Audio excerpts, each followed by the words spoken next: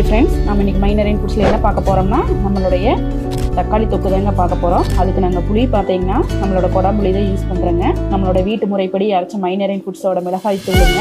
வீடியோவில் பார்த்தீங்கன்னா கலர் கொஞ்சம் வேறு மாதிரி தெரியுதுங்க, ஆனால் நல்லா ரெட் கலரில் இருக்கும். அடுத்தது பார்த்தீங்கன்னா உப்பு, நம்ம சுத்தமான நல்லெண்ணெய், கடுகு, வெந்தயம், வெங்காயம், நம்மளுடைய பூண்டுங்க, தக்காளி வச்சுதாங்க தொக்கு ரெடி பண்ண போகிறோங்க. மைனரின் ஃபுட்ஸில் பார்த்தீங்கன்னா பிரண்டை தொக்கு, பூண்டு ஊறுகாய், தக்காளி தொக்கு, ஃபியூச்சரில் பார்த்தீங்கன்னா பீட்ரூட் தொக்கும் ரெடி பண்ணலான்னு இருக்கோம். கொத்தமல்லியிலையும் பண்ணலான்னு இருக்கோங்க. ஒவ்வொரு வீடியோவை நாங்கள் எடுத்து ஷூட் பண்ணி போடுறோங்க.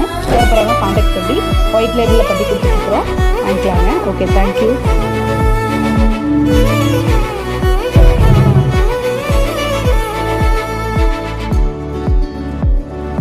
ஹாய் ஃப்ரெண்ட்ஸ், நம்ம இன்றைக்கி மைனரின் ஃபுட்ஸில் என்ன பார்க்க போகிறோம்னா நம்மளுடைய தக்காளி தொக்கு தாங்க பார்க்க போகிறோம். அதுக்கு நாங்கள் புளி பார்த்தீங்கன்னா நம்மளோட கொடாம்புளி தான் யூஸ் பண்ணுறோங்க. நம்மளோட வீட்டு முறைப்படி அரைச்ச மைனரின் ஃபுட்ஸோட மிளகாய் தூளுங்க.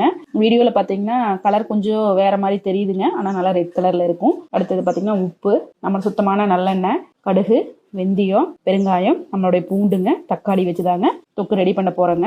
மைனரின் ஃபுட்ஸில் பார்த்தீங்கன்னா பிரண்டை தொக்கு, பூண்டு ஊறுகாய், தக்காளி தொக்கு, ஃபியூச்சரில் பார்த்தீங்கன்னா பீட்ரூட் தொக்கும் ரெடி பண்ணலான்ட்டு இருக்கோம். கொத்தமல்லியிலையும் பண்ணலான்ட்டு இருக்கோங்க. ஒவ்வொரு வீடியோவை நாங்கள் எடுத்து ஷூட் பண்ணி போடுறோங்க. தேவைப்படுறவங்க கான்டாக்ட் பண்ணி ஒயிட் லேபிளில் பண்ணி கொடுத்துட்ருக்குறோம், வாங்கிக்கலாங்க. Okay, thank you.